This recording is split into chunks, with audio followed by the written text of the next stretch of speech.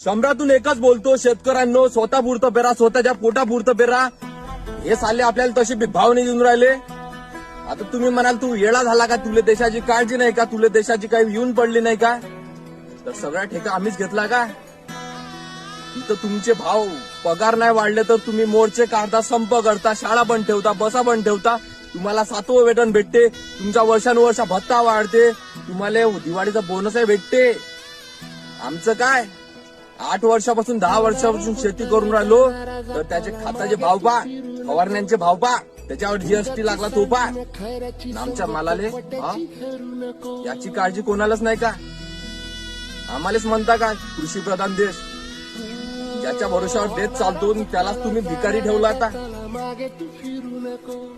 लक्ष द्या, थोडा लाज वाटू द्या.